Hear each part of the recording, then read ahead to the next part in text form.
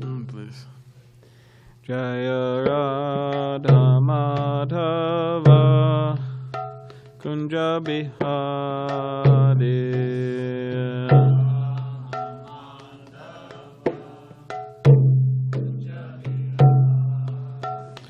Jaya Radha Madhava Kunja Bihari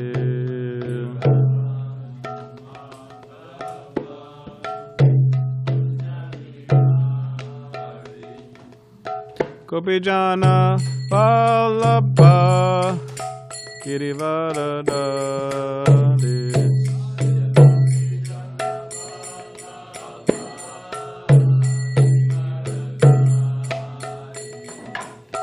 Gopijana Vallabha Girivaradari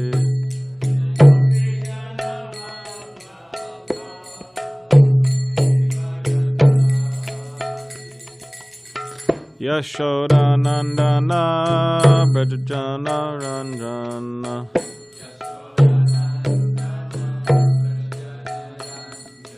Yashoda Nandana Brajajana Ranjana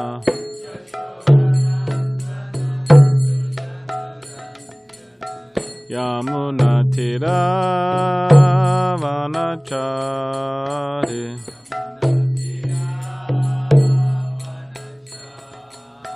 Yamuna Tira Vanachari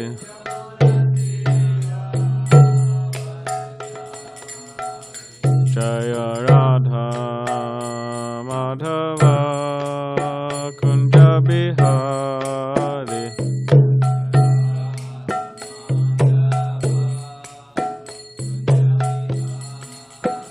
Jaya Radha Madhava Kunja Bihari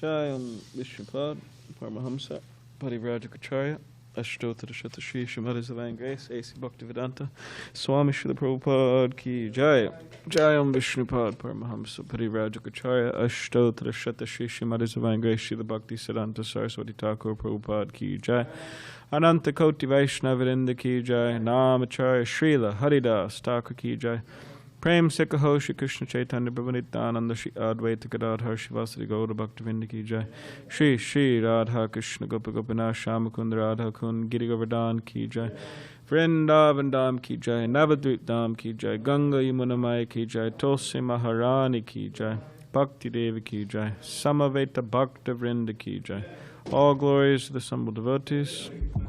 All glories to the assembled devotees. All glories to the assembled devotees. All glories to Shri Guru and Shri Gauranga.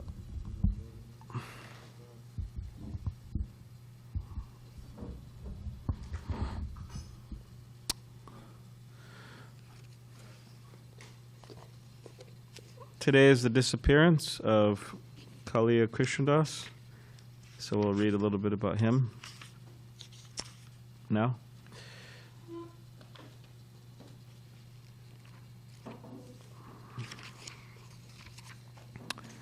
So, let's see. All right.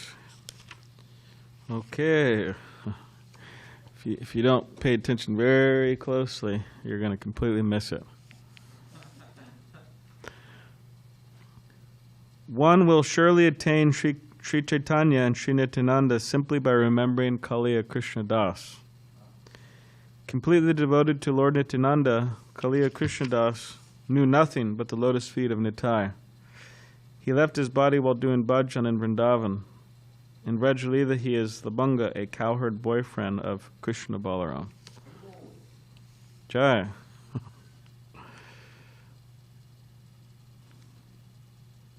All right, so one will attain Sri Chaitanya and Nityananda by remembering him. He's completely devoted to Lord Nityananda, and he knew nothing but his lotus feet. So those are three things. Yeah. Om Namo Bhagavate Vasudevaya. Om Namo Bhagavate Vasudevaya. Om Namo Bhagavate Vasudevaya. So this morning we are reading from Srimad Bhagavatam, Canto 5, entitled The Creative Impetus. We're on chapter 8, the character of Bharat Maharaj. And we're on text 30?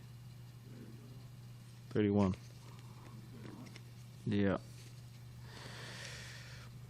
Would you like to chant? Tasmin apikaram patikshamanaha sangacha brishamudvigna atma sahachara shushkaparna tunavirudha vartamano magatva nimitta vasanameva ganayan mrigashadiram tirtodaka klinam utsasarja. Right. Tasminapi, in that ashram, Pulaha ashram, kalam, the end of the duration of the life in the dear body.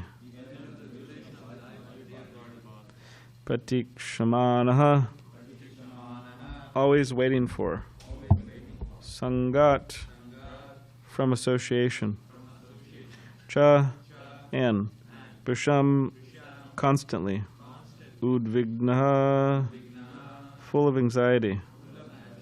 Atmasahacharaha, having the supersoul as the only constant companion.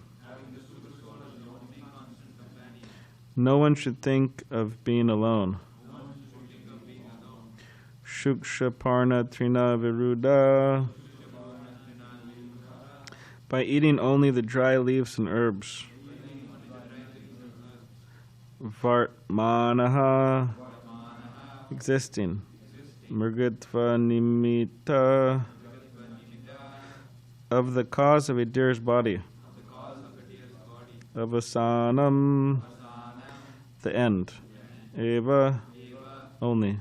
Ganayan, considering. Mrigashariram, the body of a deer. Tirta udaka klinam, bathing in the water of that holy place. Utsasarja, gave up. Translation and commentary by His Divine Grace, A.C. Bhaktivedanta Swami Prabhupada.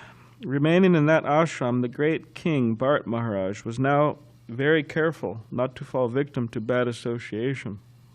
Without disclosing his past to anyone, he remained in that ashram and ate dry leaves only. He was not exactly alone, for he had the association of the Supersoul. In this way, he waited for death in the body of a deer. Bathing in that holy place, he finally gave up that body. Purport. Holy places like Vrindavan, Hardwar, Prayag, and Jagannath Puri are especially meant for the execution of devotional service. Vrindavan specifically is the most exalted and preferred holy place for Vaishnava devotees of Lord Krishna, who are aspiring to return back to Godhead, the Vaikuntha planets. There are many devotees in Vrindavan who regularly bathe in the Yamuna, and this cleanses all the contamination of the material world. By constantly chanting and hearing the holy names and pastimes of the Supreme Lord, one certainly becomes purified and becomes a fit candidate for liberation. However, if one purposely falls victim to sense gratification, he has to be punished, at least for one lifetime, like Bharat Maharaj. Thus end the Bhaktivedanta purports of the 5th canto, 8th chapter of the Srimad Bhagavatam, entitled A Description of the Character of Bharat Maharaj. Om Jnanativedandasya Gananjana Shalakya Chakshulan Maditam Vena Tasmai Shri Guruve Namaha Mukam Kritvachalam Pangam Langate Girim Yakripatamaham Vande Shri Gurun Ditadanam. Pancha Kapadiribhishya Kripa Sindhubheva Patitanam Pavanebhyo Vaishnavebhyo Namo Namaha. Jaya Shri Krishna Chaitanya Prabhu Nityananda Shri Advaita Gadadhar Shivasadi Gaur Bhaktivinoda. Hare Krishna Krishna Krishna Hare Hare, Hare Rama Rama Rama Hare Hare. Okay, read the translation again. Remaining in that ashram, the great King Bharat Maharaj was now very careful not to fall victim to bad association. Without disclosing his past to anyone, he remained in that ashram and ate dry leaves only. He was not exactly alone, for he had the association of the Supersoul. In this way, he waited for death in the body of a deer. Bathing in that holy place, he finally gave up that body.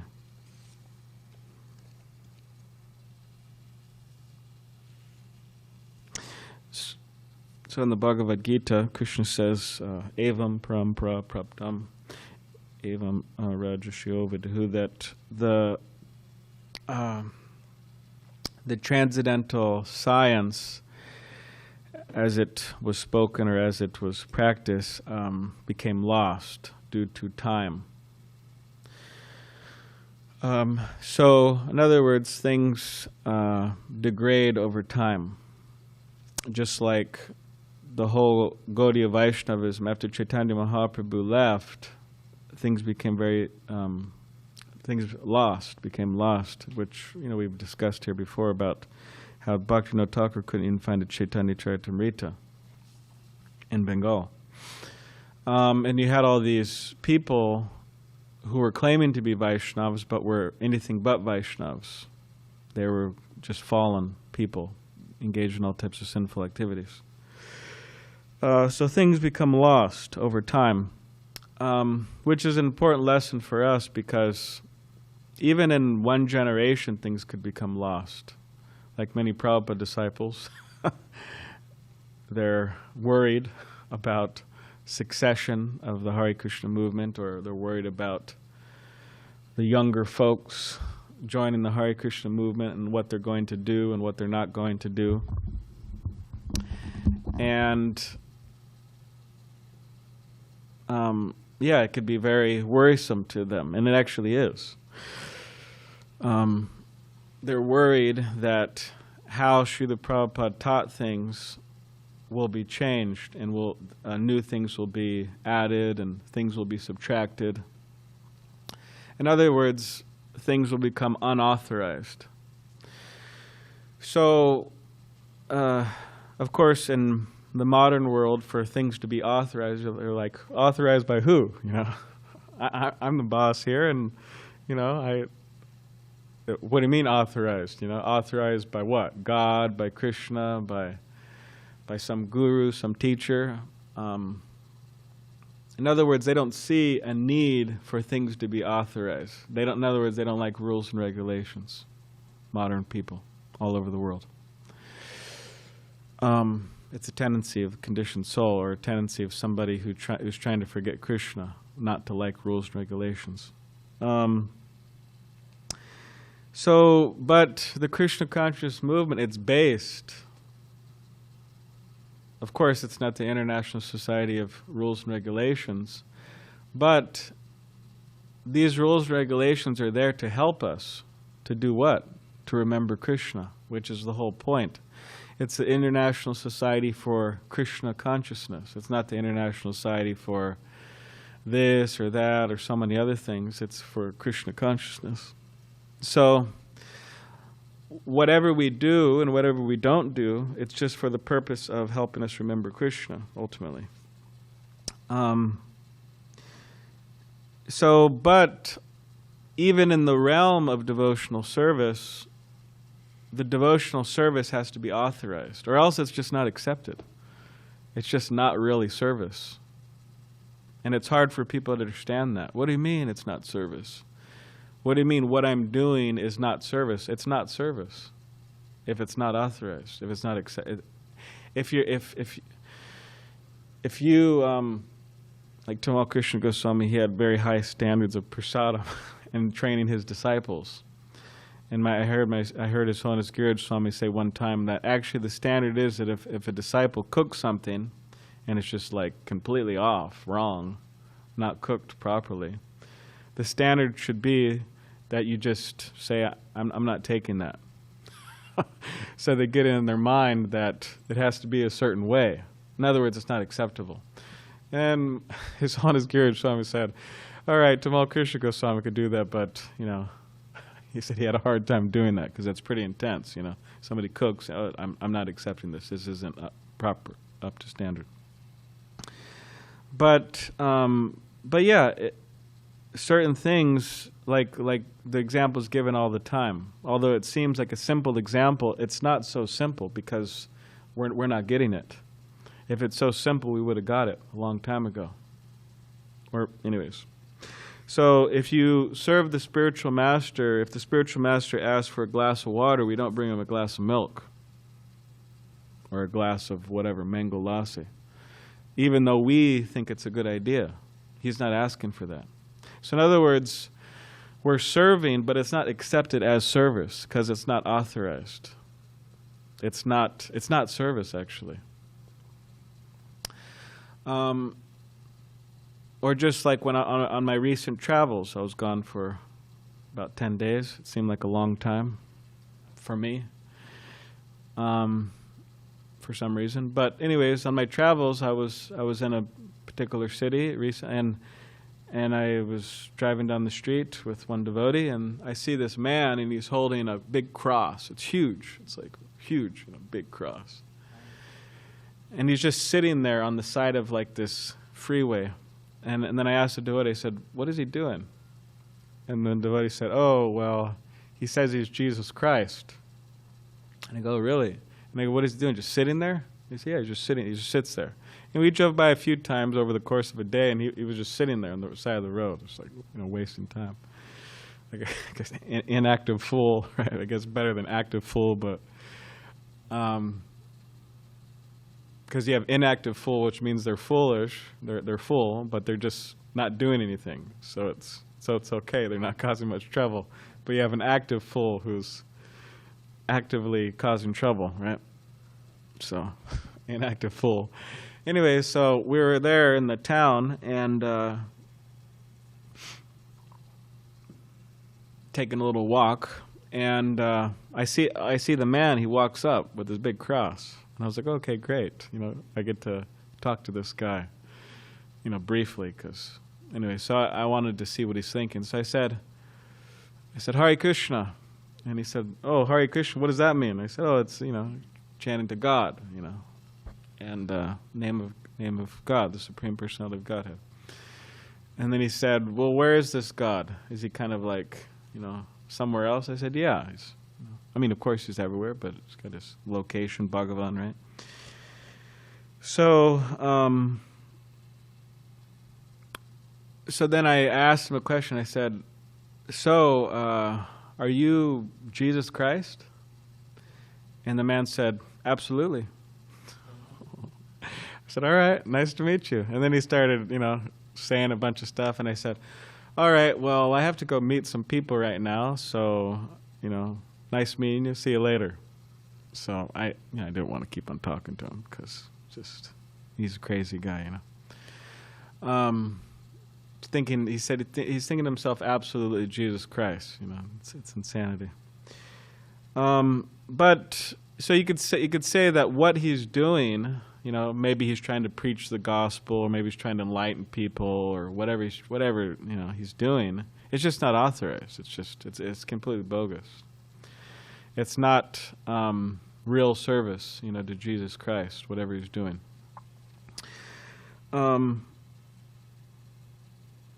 So like Bharat Maharaj here, he's been offering service. Of course, now he's in the body of a deer, but before he was offering service, right, to this deer. But it was just not authorized. It was not really service, because it wasn't pleasing to Krishna.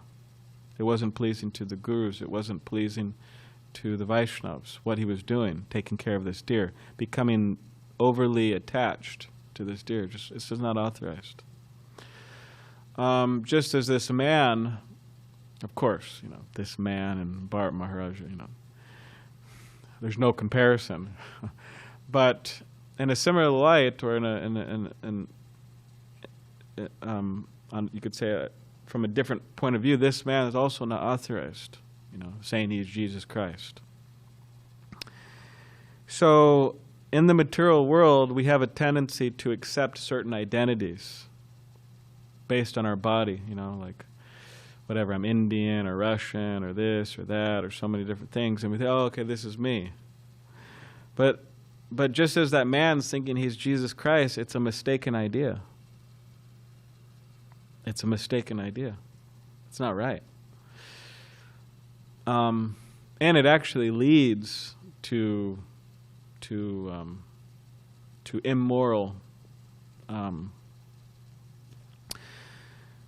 It leads to immorality. Us becoming crooked, thinking, having wrong conceptions of ourselves.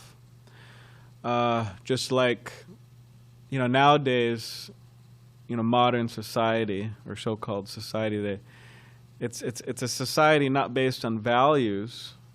It's a society based on, appetites, Appetites means the bodily appetites, the mental appetites, means sense gratification. Values don't really matter. Philosophy, morality, doesn't matter. Just, enjoy yourself. Enjoy yourself, body. So Chaitanya Mahaprabhu goes so far as to say, not that we're just not Indian or Russian or anything like that. He starts bringing it to higher levels of rejection. He says that we're not even Brahmins, right? He says, hey, I'm a Brahmin, I got my Brahmin thread, and I'm on the altar, I'm waving the incense, I'm not out there digging holes, I'm a Brahmin. Or he said, but he says, I'm not a Brahmin. And says, I'm not a Shudra, I'm not a Kshatriya, right? I'm not a Vaishya. I'm not any of this. And then he even goes farther. He goes, I'm not a brahmachari, right? I'm a brahmachari here, Look at my saffron cloth. Very nice, right? No, Chaitanya Mahaprabhu says, I'm not even a brahmachari. I'm not a grihasta. People become attached. Oh, I'm a grihasta, right? I'm a responsible grihasta. I'm paying my bills. I'm taking care of my family. Well, we shouldn't identify like that. And he says, I'm not a vanaprastha. He says, I'm not a sannyasi, right? People identify, oh, I'm a sannyasi. No, Chaitanya Mahaprabhu says, no, you shouldn't even identify like that. But he says, I'm a servant of the servant of the servant of the servant of Krishna, right? The master of the gopis. So he said, that's my identity. But whatever the position is, so I'm a temple president. No, you shouldn't identify as a temple president. I'm a vice president. No, you shouldn't identify as a vice president. I'm a bhakti leader. No. I'm a temple commander. No, you shouldn't identify with any of that. Why? Because that's what Chaitanya Mahaprabhu says. He says, don't identify with any of that. Because when we identify with it, we immediately, it leads to wrong thinking, which leads to wrong action. And we want to become, because it's a general tendency within any society, it means spiritual society, material society, any place. When we take roles, so-called important roles, then we have a tendency to cheat people. We have a tendency to not treat people properly, to not serve them, but actually offer them disservice. In other words, we're their servants. These positions, temple president, this and that, okay, they're positions, leadership roles, they're or even just becoming a senior devotee, right? These are all roles that are there, and we do act within these within these roles, but we shouldn't forget that we're servants of everybody else. And that's authorized, or else it's just not authorized. It's like, oh, I'm a temple president, I'm a this, I'm a that, and I'm offering so much service. Well, is your service acceptable? Is it accepted? Is it pleasing to Krishna? If it's not pleasing to Krishna, it's not really accepted. It's not authorized. It's like Krishna wants rice, right? Maybe we could say, but we give him oatmeal. It's like, is it really acceptable? It's like, I don't know, not really, because that's not what he wants. So here, Bharat Maharaj, he's become a deer. He's taken the body of a deer because of this thinking, this wrong thinking. And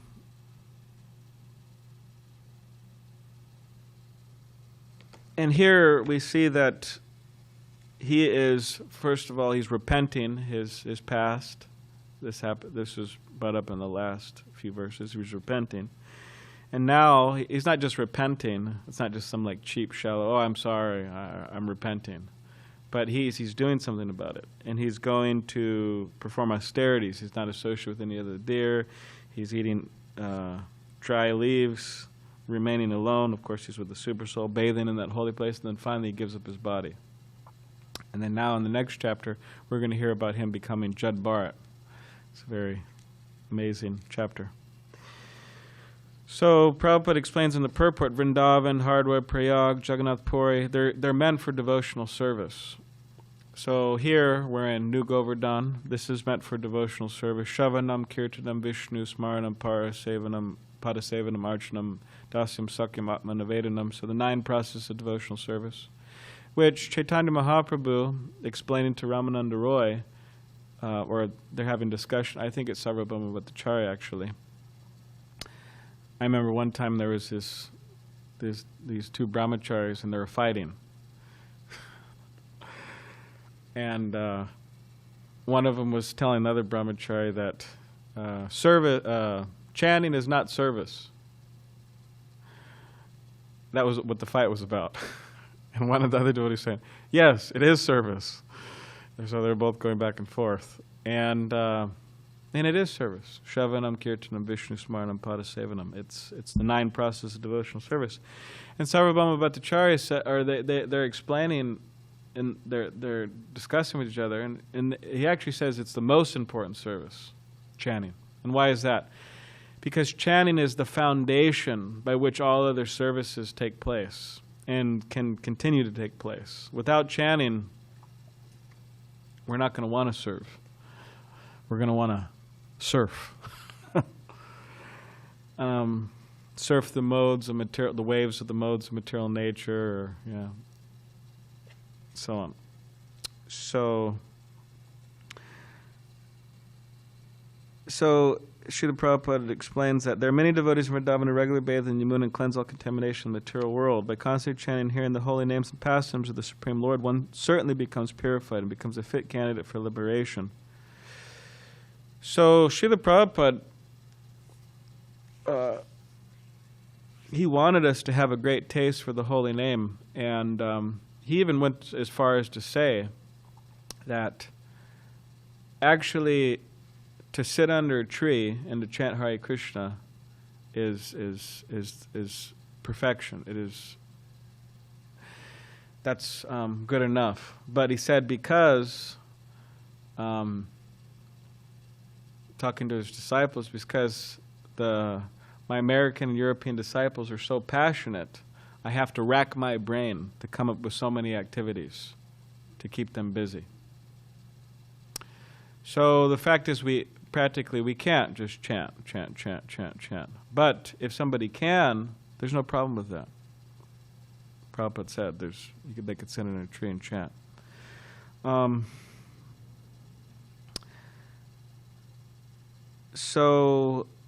And because by constantly chanting and hearing the holy names of the pastors of the Supreme Lord, one certainly becomes purified and becomes a fit candidate for liberation. So ultimately, one has to have this taste. Of course, in Bhakti Siddhanta Saraswati Thakur's institution, the Gaudiya Math, devotees would mostly chant 64 rounds a day. And then Srila Prabhupada reduced that to ultimately 16. But in Bhaktisiddhanta Saraswati Thakur's institution, the Gaudiya Math, those devotees who somehow or other they're engaged in preaching, a lot of preaching, or a lot of deity worship, they weren't required to chant 64 rounds a day, because Bhaktisiddhanta Saraswati Thakur understood, or he accepted, that their service would be considered equal to that chanting of 64 rounds. But for devotees who had less pujari service and less preaching, he would allow them to do that. And he went as so far as to actually give a number of devotees Babaji initiation. Quite interesting. Which means they would just chant all day. And some devotees would complain about that. They say, oh, he's just sitting there chanting all day, and I'm sweating here. And Bhaktisiddhanta Saraswati Thakur said, well, you could also chant all day. But can you do it? He actually can. They weren't eating and sleeping all day. They're actually chanting.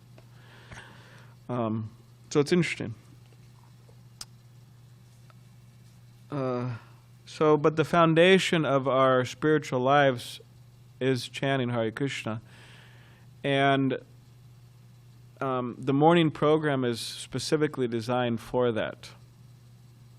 So to do anything else during the morning hours means eating, sleeping, mating, defending.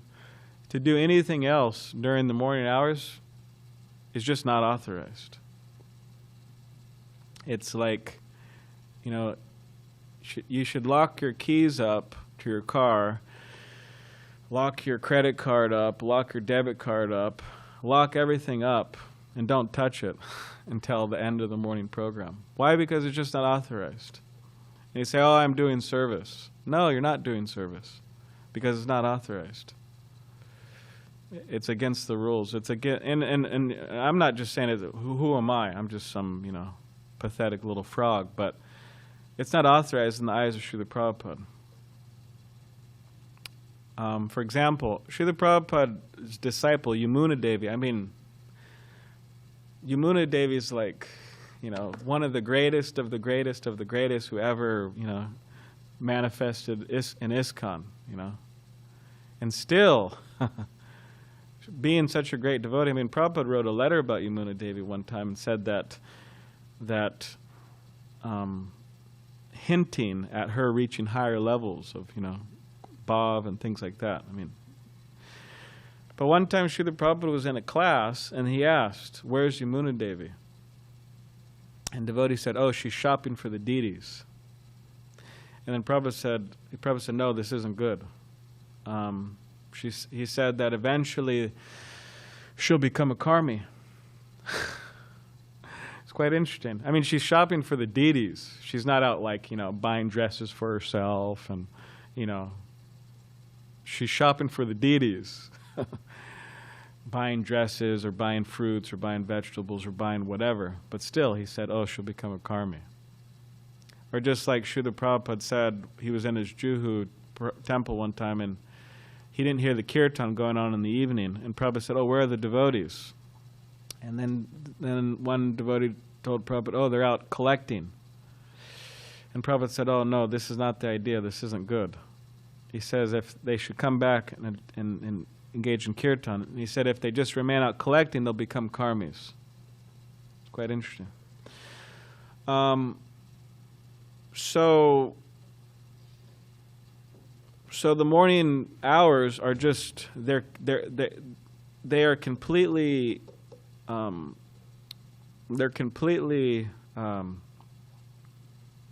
meant for only one thing, just hearing and chanting about Krishna. That's it. And best is, one devotee just told me best just not even leave the temple room at all. Because, of course, some devotees, they leave the temple room, that they deity worship or deity backup or this and that, but there's extreme power in the morning program. And if one does other things, eating, sleeping, mating, defending,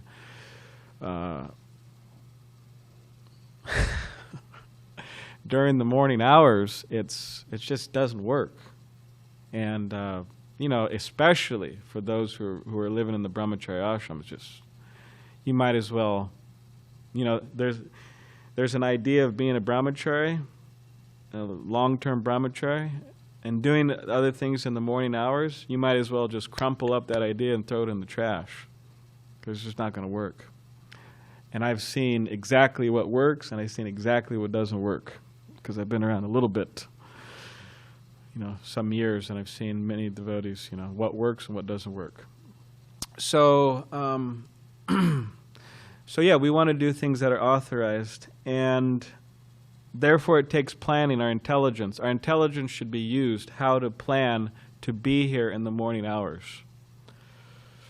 And if somebody in the, oh, Prabhu, I need you to, run to the bank to get me some money, or I need you to run to the store to get this, or I need you to go do this, I need you to go do that, and on and on and on, or I need to make this phone call, or whatever. It's just like, forget about it. Just that there was the whole, other 12 hours of the day yesterday to do all that. And there's a whole 12 hours of the day after the morning program, or however many hours to do that. And we should use our intelligence to arrange. Like I was talking to one devotee recently, Shanti Parayana Prabhu, the Prabhupada disciple. And he told me, kind of quite dramatically, and because, he's, anyways, but he told me, at all costs, at all cost, at all cost. He told me 3 times, in the same conversation. Do not sacrifice your sadhana. At all cost, at all cost, at all cost. So no matter what's going on, we shouldn't sacrifice it. Why? Because the end result's not good. It's just not pretty. So Bharat Maharaj here, he sacrificed his sadhana, and he got the body of an animal. So we sacrifice our sadhana, and we may not get the body of an animal, but we become karmi, or karmi-like, or, loose devotee, or whatever. I mean, it's very easy to become an animal-like human being in Kali Yuga. It's like extremely easy to do that. That's like second nature, So we have to be very careful. And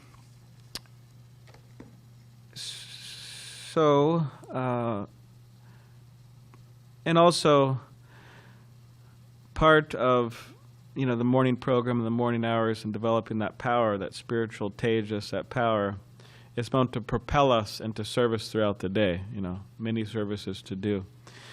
And this particular month, the month of December, is traditionally a month, and continues to be a month, in which devotees make extra endeavor, extra effort to pass out as many of Srila Prabhupada's books as humanly possible, according to their capacity. Some devotees have more capacity, some less, but to somehow or other distribute as many books as possible to friends, to families, to neighbors, to the homeless people, to whoever, anyone and everyone.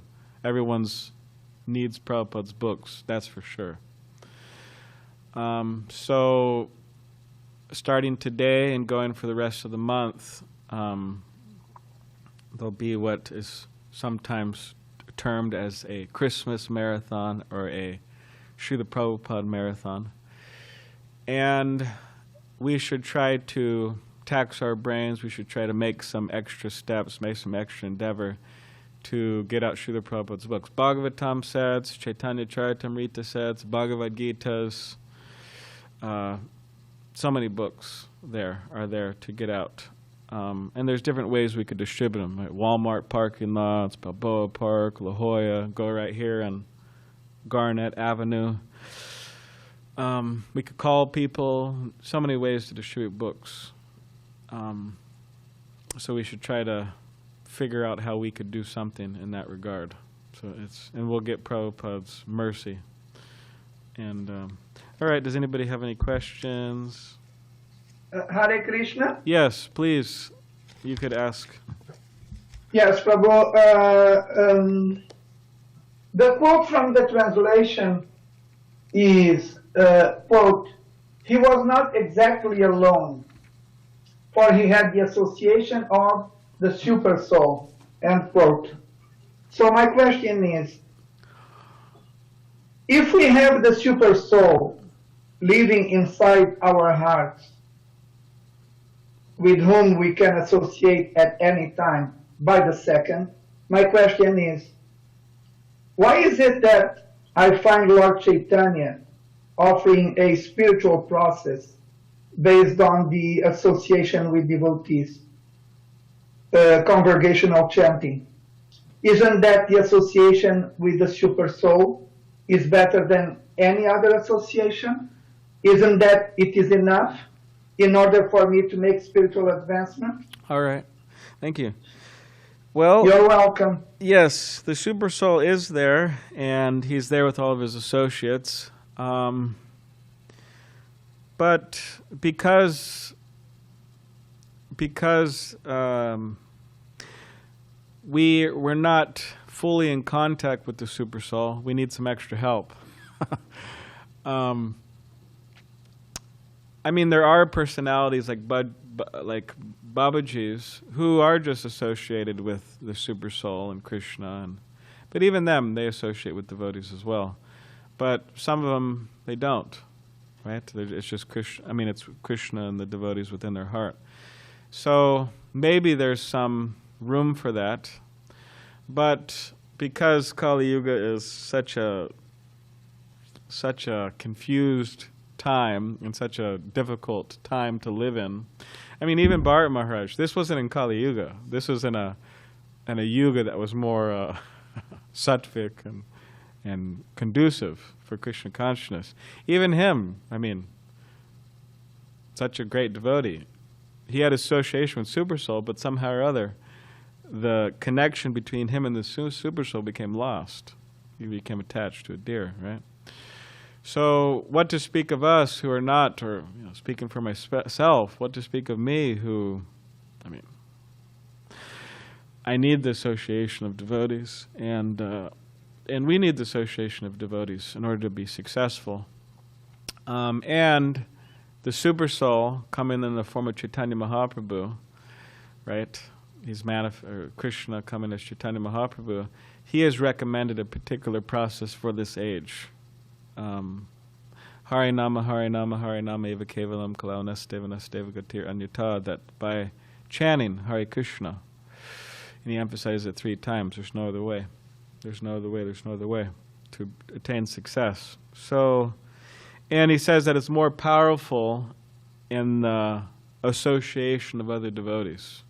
So he doesn't recommend us going alone. So, yeah, better we associate with devotees. That's like Srila Prabhupada. I mean, one time he was asked, why did you create ISKCON? And he said, because so I could have some association, Prabhupada liked the association of his disciples. So naturally, devotees like the association of other devotees. That's actually what it means to be a devotee, to like the association of other devotees.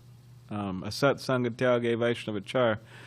A devotee, definition, Chaitanya Mahaprabhu's one definition is he gives up the association of non-devotees. It means he doesn't like it. He doesn't like the association of non-devotees because they're just absorbed in all types of mundane things and mundane conversations and so on. But they like the association of devotees. So yeah, we should. Matchita madgata prana bodhyantas parasparam katyantas chamam nitya tushanti cha ramanti cha. In the Bhagavad Gita, Krishna says that the devotees are always conversing about me, enlightening one another, and this way they're experiencing a great pleasure. So, yeah. Yes, Balaram Prabhu, wonderful answer to my question. And if I may say it, I like you very much. Oh, thank you. Thank you. I like you very much, too. You're welcome. Thank you very much. Yes. The little I don't want to say it's off the wall question, but you'll see. Here Prabhupada says, there are many devotees in Vrindavan who regularly bathe in the Yamuna, and this cleanses all the contamination of the material world. So what are we to think now? I mean, last time I was in Vrindavan, and this was a long time ago. Yeah. It's been about 20, well, maybe it's 16. They told me, don't bathe in the Vrindavan, in Yamuna. It's polluted. You know, and I knew that. You just offer your obeisance, says put a few drops, that's it. Now I understand it's even worse. It's all foamy, and it's, you know, there's all kinds of pollution coming down from Delhi. Yeah. So what are we to think about that? Is this Vrindavan still a place we should go to? We should go to Gangotri so we can bathe in the Ganges and clear water? Well, it says in the nectar of instruction that even though it's muddied and bubbly and polluted, this and that, from a material standpoint, it's still, you know, the sacred Ganga. And says a learned person still will bathe. Now, Srila Prabhupada said about Radha Kund, doesn't necessarily mean that we have to like completely submerge ourselves. Even just taking some drops and putting on our head, that's also purifying. You could say it's like a bath, right? So we could do that, just come and put a little bit. Or we could just, you know, go in. I mean, some people argue that, oh, it's just not the Yamuna anymore. It's just, you know, the Yamuna kind of stopped, and then there's all this other stuff coming in, and it's just not the Yamuna anymore. Some people may argue that. Or maybe Yamuna's coming a little bit, but it's all mostly. I mean, I don't know if it's so bad where it's just like completely not Yamuna anymore. That'd be really terrible, right? There's like not even trace of Yamuna there. It's actually quite sad. But Bajranayan Swami, he told me years ago when he visited Vrindavan, he said it was like clear, you know, like the water was super clear and you could see the turtles, you know, really clear. So yeah, but there's groups and devotees. Of course, it's hard, you know. It's people to sometimes, you know, people to follow stuff in India. Sometimes, I mean, no offense towards those in India or from India or India itself, but you know, there's a tendency just to not follow rules. You know, like the driving, nobody's following rules. So similarly, not pouring stuff into Yamuna. It's hard for people to get that to their head, not to do that. But there's been numerous attempts by different groups to clean up Yamuna Devi. I'm not sure the status now, but so yeah. But we could either fully bathe, or we could just, you know, put some drops. So yeah. I was talking to Dinabandhu Prabhu about this. Yamuna is so polluted. And he said, the water is touching the dust of Vrindavan, so it's the Yamuna. Yeah. It's a good point. Yeah. It's because it's on the bank of the dust touching, and below, Yeah, so, great point, Yamuna. So, okay, does anybody have any other question or comment? I have a question. So you said that attending morning program is very important. Yes. But I know many Grihastha devotees in our congregations, they are not able to come in the morning program. So how can they make progress? Well, okay, thank you. Yeah, brief. They have to have their own morning program. I mean, if they could, like, to live in the temple's great, to live close to the temple's great, and to live far from the temple, it could be great. But one has to make their temple into their home into a temple. It should be like Bhaktivinoda Thakur. He didn't live in a temple. He was he was married and children and kids, and wife and children. But he was so focused, so absorbed in Krishna consciousness and love for Krishna that, you know, he was doing everything that they do in the temple, deity worship. Prabhupada said, home life could be very happy, with, I think he said 4 things. He says it in the Bhagavad Gita, when one should not be too attached to wife, children, and the rest, that purport. That by chanting Hare Krishna, by engaging in deity worship, by offering prasad, or by taking prasad, and by hearing and chanting Srimad Bhagavatam, it could be very happy. I mean, recently, I read something just recently. Dhanavir Goswami, I was kind of surprised, but Dhanavir Goswami wrote in his book, I forgot what it's called, about Prabhupada. Prabhupada called a meeting with 40 temple presidents, and most of them were married. And Prabhupada said something in the talk, in the meeting. He said, "So, I think that all of you, as soon as you give your wife her first child, you could take sannyas." The devotees are kind of quiet, like.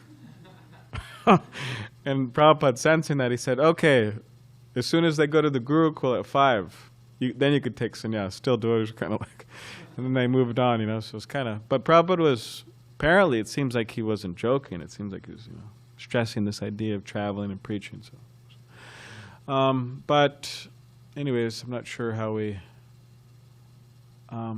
But yeah, but Prabhupada says in the purport, home, chanting Hare Krishna. So yeah, those who are in the household ashram chant Hare Krishna, to take prasad, food offered to Krishna, to hear Bhagavad Gita, Srimad Bhagavatam. Therefore, we have this online, or to read it oneself, and to engage in deity worship. These things will help, and to do those in the early hours. Yeah, have their own morning program. That's how devotees living outside the temple can make a lot of advancement. So one of the ways. Yes. As we heard, this Prabhupada told this lady here in San Diego, just have a morning program there with your family. And it really helped him out. And you mentioned Bhaktivinoda Thakur, and he said by his devotional service, suddenly he saw his house turn into Vaikuntha. Yeah. So that's pretty amazing. Of course, that's Bhaktivinoda Thakur. Yeah, Manasadeho Geha. What is it? Yeah. He said, I offer my home, I offer my family, everything to Krishna. So that's the idea, to see like that, to develop that vision through. All right. Grantaraj Srimad Bhagavatam ki jai, Srila Prabhupada ki jai.